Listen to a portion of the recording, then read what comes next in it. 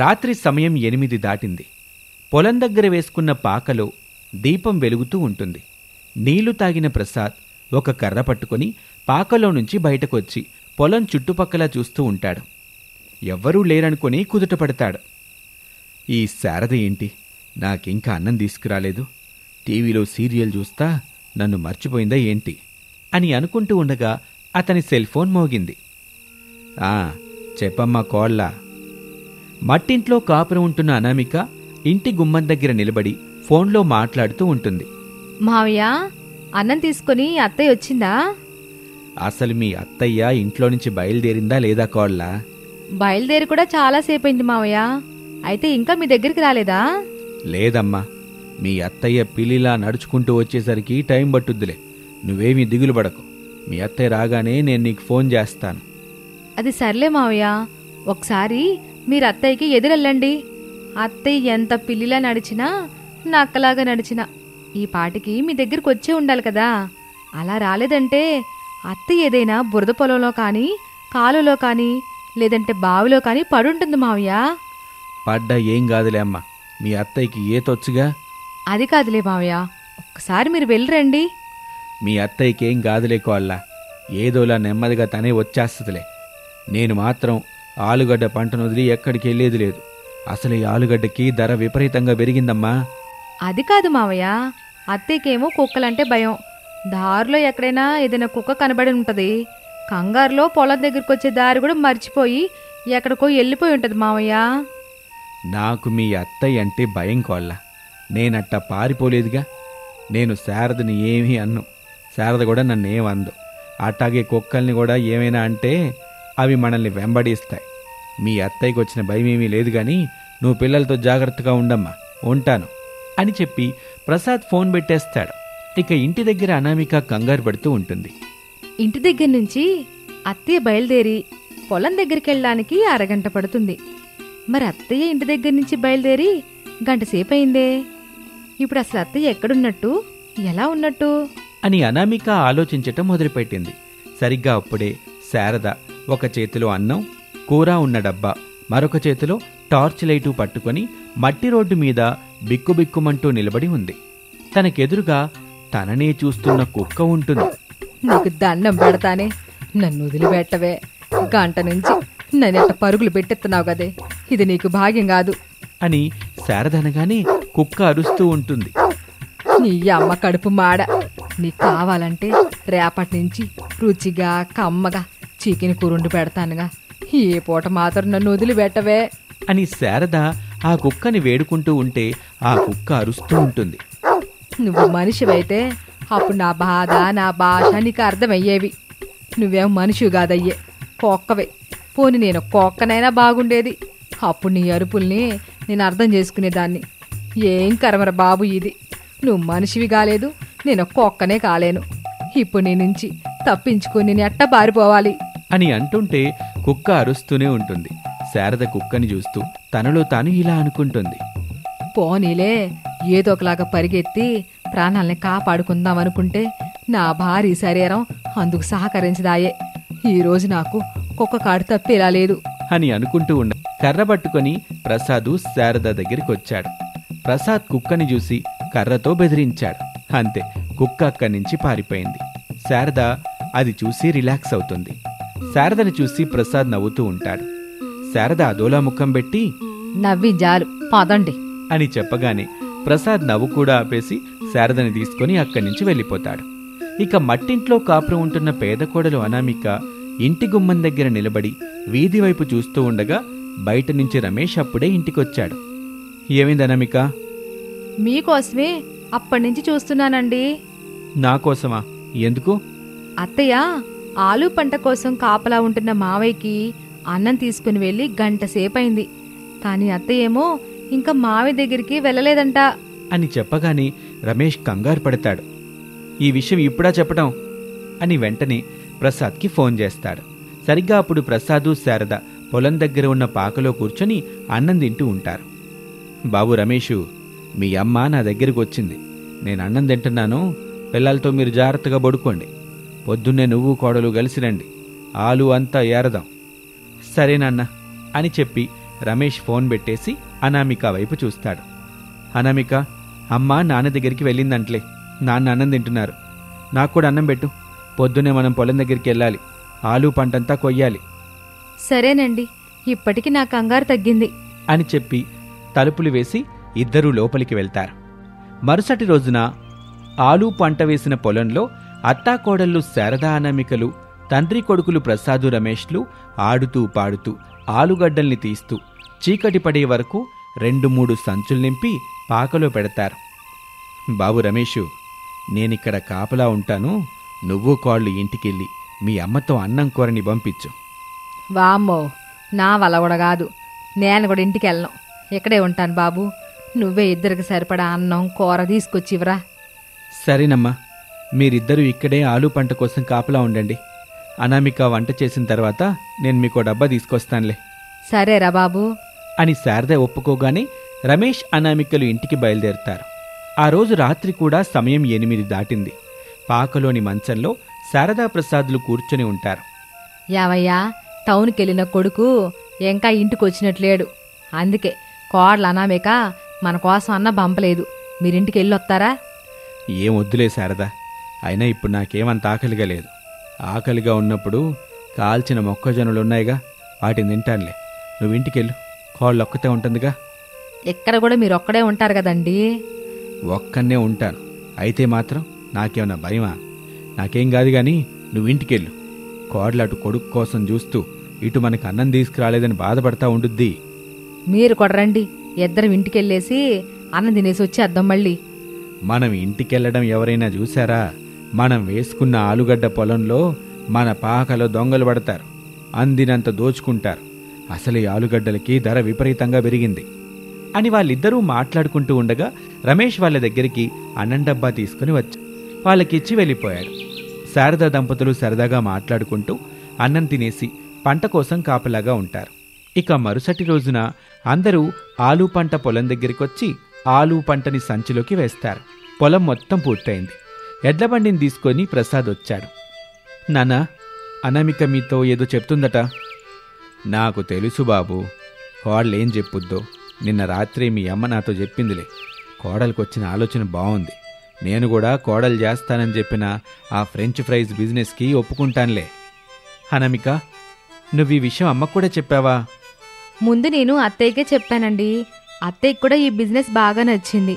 మావికి చెప్పి ఒప్పిస్తానని నాతో చెప్పింది. ఇప్పుడు మావి కూడా ఒప్పుకున్నాడు. నీ ఆలోచన బావుందమ్మా.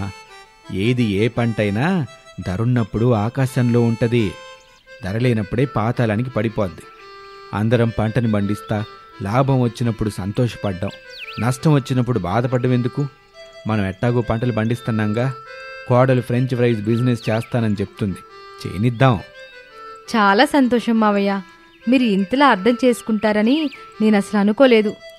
చూడమ్మా కోళ్ళ, నువ్వు ఇట్లాంటి ఆలోచన ఎందుకు చేస్తావో నేను అర్థం చేసుకోలేకపోతే ఎట్టా చెప్పు? నీ ముందు చూపు ఆలోచన నాకు బాగా నచ్చింది. అయితే కోడల్ని ఫ్రెంచ్ ఫ్రైస్ చేసి అమ్ముకోవడం మొదలు పెట్టమని అంటున్నారా? అవును శారదా, కోడలు మొదలు పెడతానని చెప్పిన ఆ ఫ్రెంచ్ ఫ్రైస్ బిజినెస్ ఎప్పుడూ సాగుతా ఉండుద్ది. మనం కష్టంలో ఉన్నప్పుడు మనల్ని కాపాడుద్ది. అందుకు నీకు కావాల్సిన ఆలుగడ్డల్ని పక్క పెడుతున్నానమ్మా అని చెప్పి మిగతా సంచుల్ని మూటగట్టి ఎడ్లబండిలో వేసుకుంటారు ప్రసాదు రమేష్. ఇక ఆ బండి నిండిన తర్వాత, శారదా, నువ్వు కాళ్ళు కలిసి ఇంటికెళ్ళండి. నేను కొడుకు మార్కెట్కెళ్ళి ఈ ఆలులన్నీ అమ్ముకొని ఇంటికొస్తాం అని చెప్పి బండి మీద వెళ్ళిపోతారు. ఒక 2 రోజులు గడిచిన తర్వాత అనామిక టౌన్లో ఒక మంచి చోటు చూసుకొని ఫ్రెంచ్ ఫ్రైస్ బిజినెస్ చేయటం మొదలు పెడుతుంది. రోజులు గడుస్తున్న కొద్దీ అనామిక ప్రారంభించిన ఫ్రెంచ్ ఫ్రైస్ బిజినెస్ బాగా సాగుతూ మంచిగా సంపాదన తెచ్చిపెడుతూ ఉంటుంది. దీంతో ఆ కుటుంబం చాలా సంతోషంగా జీవిస్తూ ఉంటారు. ఇది ఇవాల్టి కథ. మరొక ఆసక్తికర కథలో మళ్ళీ కలుద్దాం. అంతవరకు సెలవు, నమస్తే. అత్తాకోడళ్ళు శారదా అనామికాలు తోపుడు బండి మీద ఇడ్లీ సామాగ్రిని పెట్టుకుని వేడివేడి ఇడ్లీ అంటూ తిరుగుతూ అమ్ముతూ ఉంటారు. దామోదర్ బండి దగ్గరికొచ్చాడు. చెప్పండి బాబుగారు, ఎన్ని ప్లేట్లు ఇడ్లీ ఇమ్మంటారు? ప్లేట్ ఇడ్లీ ఎంతమ్మా? 30 రూపాయలు సార్. అవునా, నాకో 4 ప్లేట్లు ఇడ్లీలు కావాలి. 120 రూపాయలు ఇవ్వండి బాబు. కోళ్ళ 4 ప్లేట్ల ఇడ్లీ పార్సల్ గట్టు. ఆగాగు తల్లి, ఇంకా బేరం కుదరలేం లేదు. అని చెప్పగానే అత్తాకోడలిద్దరూ అయోమయంగా ముఖాలు చూసుకున్నారు. ఏమిటి బేరం అనగానే అత్తాకోడలిద్దరూ అలా ముఖాలు చూసుకున్నారు? మొఖాలు చూసుకోకుండా ఏం చేయమంటారు బాబుగారు? ఇడ్లీల దగ్గర బేరం ఆడుతున్న మిమ్మల్ని ఎట్టా అర్థం చేసుకోవాలో అర్థం కాక మమ్మల్ని మేము చూసుకుంటున్నాము. చెప్పండి, 100 రూపాయలకి 4 ప్లేట్ల ఇడ్లీ ఇస్తారా? అట్టా కాదు బాబు, మేము అమ్ముతుంది కూరగాయల వ్యాపారం కాదు, ఇడ్లీలు బాబు, ఇడ్లీలు. నాకు తెలుసమ్మా, నాకు కళ్ళు బాగా కనిపిస్తాయి. మీ మాటల్ని బట్టి మీరు అత్తాకోడళ్ళని అర్థమైంది. మీరు అమ్ముతున్నది ఇడ్లీలని కూడా తెలుసు. ఇదంతా కాదు, 100 రూపాయలకి 4 ప్లేట్ల ఇడ్లీ ఇస్తారా ఇవ్వరా? అది చెప్పండి చాలు. ఇస్తే తీసుకుంటాను, లేదంటే వెళ్ళిపోతాను. ఇవ్వలేం బాబు, ఇక మీరెళ్ళొచ్చు అని చెప్పగానే దామోదర్ అక్కడి నుంచి వెళ్ళిపోతాడు. అయ్యో అత్తయ్య, అలా పంపించారెందుకు? 110 రూపాయలు చెప్తే సరిపోయేది కదా. ఊరుకోకోళ్ళ, మనం ఏమైనా కూరగాయలు అమ్ముతున్నావా ఏంటి? ఇడ్లీలు అమ్ముతున్నాం, పద అని చెప్పి బండిని దోసుకుంటూ ముందుకు వెళ్ళిపోతూ ఉంటుంది శారద. ఇడ్లీ బాబు, ఇడ్లీ, వేడి వేడి ఇడ్లీ, ప్లేట్ ఇడ్లీ 30 రూపాయలు, రెండమ్మా రండి అని అరుస్తూ ఉంటుంది. అత్తాకోడళ్ళు అలా ముందుకు వెళ్తూ ఉండగా పంతులుగారిల్లు కనిపిస్తుంది. తమ ఇడ్లీ బండిని పంతులింటి దగ్గర ఆపుతారు. ఎల్లుకోళ్ళ, ఎల్లి పంతులు గారిని పిలు, గిన్నెత్తాడు, తీసుకొచ్చి ప్లేట్ ఇడ్లీ చట్నీ వేసియ్యి. అలాగే అత్తయ్య. కోళ్ళ, పంతులు గారితో జాగ్రత్త, ఆయన నాలుగు మీద మచ్చలున్న వేద పండితుడు. నాలుగు మీద మచ్చలుంటే ఏమవుద్ది అత్తయ్య? వాళ్ళు చెప్పినవి జరుగుతాయి. ఆరుతో మన చాలా జాగ్రత్తగా ఉండాలి కోళ్ళ. ఆవేశం వచ్చి గనక శపిస్తే ఇక మన ఇడ్లీ వ్యాపారం మూసుకోవాల్సిన పరిస్థితి వస్తుంది. నేను మామూలుగానే అడుగుతున్నాను అత్తయ్య. సర్లే కోళ్ళ, ఎల్లు అని శారద ఒప్పుకోగానే అనామిక పంతులుగారింటికి వెళ్ళింది. Calling bell నొక్కింది. పంతులుగారు బయటకొచ్చారు. అనామికని చూశారు. ఏంటమ్మా అనామిక, ఇలా మా ఇంటికొచ్చి కాలింగ్ బెల్ నొక్కావు? పంతులు గారు, ఇడ్లీ వేడివేడిగా ఉన్నాయి, ప్లేట్ ఇవ్వండి, ఇడ్లీ వేసిస్తాను. వద్దమ్మా. ఎందుకు పంతులు గారు, మరెక్కడైనా తీసుకుంటున్నారా? మరెక్కడా తీసుకోనమ్మా. శుభ్రంగా ఇంట్లో మావిడి చేసే చిన్న చిన్న ఇడ్లీలే తింటాను. కడుపు నిండుద్ది, నాకు ప్రాణము హాయిగా ఉంటుంది. ఏమంటున్నారు పంతులు గారు? చిన్న చిన్న ఇడ్లీనా? అవి పంతులమ్మ ఇంట్లో వేస్తున్నారా? అవి తింటే కడుపు నిండుతుందా? ప్రాణం కూడా హాయిగా ఉంటుందా? అవుననామిక, నా భార్య చిన్న చిన్న ఇడ్లీలు చాలా బాగా చేస్తుంది. మీ అత్తాకోడళ్ళు 30 రూపాయలు తీసుకుని 4 ఇడ్లీలు, ఇంత పల్లీ చట్నీ వేస్తారు. అవి తింటే కడుపు సగమే నిండుతుంది. మిగతా సగం ఆకలితో ఉంటే ఇంకా ప్రాణం హాయిగా ఎలా ఉంటుంది చెప్పు? అయ్యా పంతులు గారు, 30 రూపాయలకి ప్లేట్ ఇడ్లీ అన్నది మేం మాత్రమే కాదు, పెద్ద పెద్ద హోటల్ వాళ్ళు, చిన్న చిన్న టిఫిన్ సెంటర్ వాళ్ళు, మాలా ఊరంతా తిరుగుతూ అమ్మేవాళ్ళు అలాగే కదా ఇస్తున్నారు. చూడమ్మా అనామిక, మీ ఇడ్లీ మాకొద్దు. మావిడ వేస్తున్న చిన్న చిన్న ఇడ్లీలే మాకు ముద్దు. కడుపు నిండుతుంది, చక్కగా పనులు చేసుకుంటారు. ఇంకా వెళ్ళు. అలాగే పంతులు గారు అని చెప్పి అనామిక పంతులుగారి ఇంటి నుంచి ఇడ్లీ బండి దగ్గర అత్తగారు శారద దగ్గరికి వచ్చేసింది. యావెందుకోళ్ళ, పంతులు గారు ఏమన్నారు? అత్తయ్య, పంతులు గారికి మనం 30 రూపాయలు తీసుకొని 4 ఇడ్లీలు ఇవ్వడం సరైంది కాదని, అవి సరిపోవడం లేదంట. అట్టాగా 30 రూపాయలకి 30 ఇడ్లీలు ఇవ్వాలంట ఏంటి? లేదత్తయ్య, పంతులమ్మ గారు చేస్తున్న చిన్న చిన్న ఇడ్లీలు చాలా బాగున్నాయంట. అవి తింటే కడుపు నిండినట్టుగా ఉంటుందంట. సర్లే కోళ్ళ, ఆయన ఇంట్లో ఇడ్లీ తింటానని చెప్పినప్పుడు మనం ఏం చేయలేం కదా. పదకోళ్ళ, మనం మరింతగా ముందుకెళ్తా మన ఇడ్లీలను అమ్ముకుందాం. అలాగే అత్తయ్య అని చెప్పి అత్తాకోడలిద్దరూ ఇడ్లీలు అమ్ముకుంటూ ముందుకు వెళ్తూ ఉంటారు. సమయం గడుస్తూ ఉంటుంది. తిరిగి తిరిగి అత్తాకోడళ్ళ కాళ్ళు అరిచి అరిచి వాళ్ల నోళ్ళు నొప్పులొస్తూ ఉంటాయి. కానీ ఆ రోజు ఇడ్లీలు అమ్ముడుపోలేదు. చేసేదేమీ లేక ఇడ్లీ బండిని తీసుకుని అత్తాకోడళ్ళు ఇంటికొచ్చేస్తారు. ఇంటి అరుగు మీద కూర్చుని మాట్లాడుకుంటున్న ప్రసాదు, రమేష్లు అత్తాకోడలిద్దరూ నిరాశముఖంతో రావటంతో, ఏమైంది శారదా, అత్తాకోడలేదో పోగొట్టుకున్నట్టు ముఖాలు పెట్టారు? ఈరోజు ఇడ్లీలు అమ్ముడు పోలేదండి. అందుకని నిరాశపడ్డమెందుకు? ఈ రోజు కాకపోతే రేపైనా అమ్ముడుపోతాయి కదా. ఇవాళ ఇడ్లీలని రేపెట్టా అమ్ముతామండి. ఇదిగో, ఈ వేటకారమే వద్దు. ఈ ఇడ్లీల్ని రేపు తిరిగి అమ్మమని చెప్పటం కాదు. అర్థమైందిలేండి అని శారద అనామికతో కలిసి ఇంట్లోకి వెళ్తుంది. అత్తయ్య, నాకు ఒక ఉపాయం వచ్చింది. మనం కూడా చిన్న చిన్న ఇడ్లీలు చేసి అమ్ముదామా కోళ్ళ? అవునత్తయ్య, పంతులు గారు చెప్పినట్టు తక్కువ డబ్బులకు ఎక్కువ ఇడ్లీలు కనిపిస్తాయి. వాటిని చూడగానే సగం కడుపు నిండిపోతుంది, వాటిని తినగానే పూర్తిగా కడుపు నిండిపోతుంది. దాంతో వాళ్ళంతా చాలా సంతోషపడతారు కదా. నువ్వు చెప్పింది బాగానే ఉంద కోళ్ళ. మరి ఆ చిన్న చిన్న ఇడ్లీలను ఎట్ట చేస్తారు? నేను పంతులమ్మ దగ్గరికి వెళ్ళి ఆ చిన్న చిన్న ఇడ్లీలను ఎలా తయారు చేస్తుందో చూసి నేర్చుకుంటానత్తయ్య. సర్లే కోళ్ళ, పంతులమ్మ దగ్గర నేర్చుకునొత్తే మనం చిన్న చిన్న ఇడ్లీలు చేసి అమ్ముకుందాం. అప్పుడు తక్కువ డబ్బులకి ఎక్కువ ఇడ్లీలు వస్తాయి కదా. అంతే కదా? అవునత్తయ్య, అంతే. కాని జాగ్రత్త కోళ్ళ, పంతులు గారు చూశారంటే నిన్ను తిడతాడు, పంతులమ్మను కొడతాడు. అది మనకు మంచిది కాదు. పంతులు గారు బయటికి వెళ్లడం చూసిన తర్వాతే నేను పంతులమ్మ దగ్గరికి వెళ్తానత్తయ్య అని చెప్పి అనామిక ఇంట్లో పనిచేసుకుంటూ ఉంటుంది. మరుసటి రోజున అనామిక పంతులుగారింటికి వెళ్ళింది. ఇంటి బయట పంతులుగారి చెప్పులు కనిపిస్తాయి. పంతులు గారు ఇంట్లోనే ఉన్నారు. ఇప్పుడు వెళ్ళి పంతులమ్మని కలవడం అంత మంచిది కాదు. పంతులు గారు బయటికి వెళ్లే వరకు చూస్తూ ఉండాలి అని చెప్పి గోడ పక్కన దాక్కుని ఇంటి గుమ్మం వైపే చూస్తూ ఉంటుంది అనామిక. ఇంతలో పంతులుగారింట్లో, సుమిత్రా, నేను బయటకు వెళ్తున్నాను, తలుపు వేసుకో. నా కోసం ఎవరొచ్చినా గుడి దగ్గరికి పంపించు, సరేనా? అలాగేనండి, మీరు చెప్పినట్టుగానే గుడి దగ్గరికి పంపిస్తాను. సరే మరి అని చెప్పి పంతులుగారు ఇంట్లో నుంచి వెళ్ళిపోతారు. అది చూసిన అనామిక, అమ్మయ్య, పంతులు గారు బయటికి వెళ్ళిపోయారు.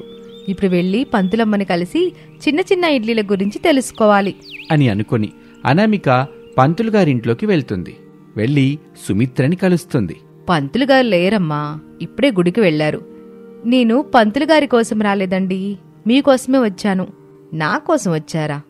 అవునమ్మగారు, నేను మీకోసమే వచ్చాను. నాతో పనేమిటమ్మా?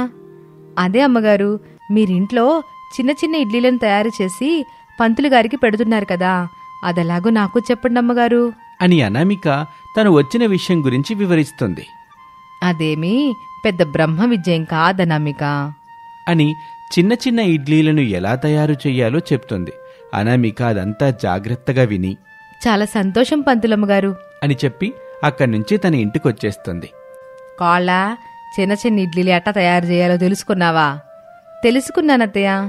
ఇక మరి మన చిన్న చిన్న ఇడ్లీల వ్యాపారం ఎప్పటి నుంచి మొదలు పెడదాం కోళ్ళ? మీరు ఒప్పుకుంటే రేపటి నుంచే చిన్న చిన్న ఇడ్లీలు అమ్ముదాం అత్తయ్య. నేను ఒప్పుకుంటున్నాను కోళ్ళ. అయితే రేపటి నుంచే మన చిన్న చిన్న ఇడ్లీలు అమ్మడం మొదలు పెట్టేద్దాం అని అత్తాకోడలిద్దరూ మాట్లాడుకుని మరుసటి రోజు నుంచి అదే తోపుడు బండి మీద మినీ ఇడ్లీలు అమ్మటం మొదలుపెట్టారు. చాలామంది సంతోషంగా వాళ్ళ దగ్గర ఈ మినీ ఇడ్లీలు కొని తింటూ ఉంటారు. ఇదేంటి కోళ్ళ, అంత పెద్ద ఇడ్లీలకు బదులు అదే డబ్బులకి చిన్న చిన్న ఇడ్లీలు అమ్ముతుంటే అందరూ మురిసిపోయి మరి కొంటున్నారు, ఆనందంగా తింటున్నారు. ఏంటి విషయం? అవునత్తయ్య, మనకు కూడా చాలా డబ్బులు వస్తున్నాయి, మన జీవితాలు కూడా బాగుపడుతున్నాయి కదా అత్తయ్య అని అత్తాకోడలిద్దరూ బాగా జరుగుతున్న మినీ ఇడ్లీ వ్యాపారం గురించి మాట్లాడుకొని ఎంతో సంతోషిస్తారు. ఇక ఆ రోజు నుంచి ఈ అత్తాకోడలిద్దరూ పెద్ద ఇడ్లీలు అమ్మటం మానేసి అదే ఖర్చుతో మినీ ఇడ్లీలు అమ్మటం మొదలుపెట్టారు. తమ జీవితాలని ఆనందమయం చేసుకున్నారు.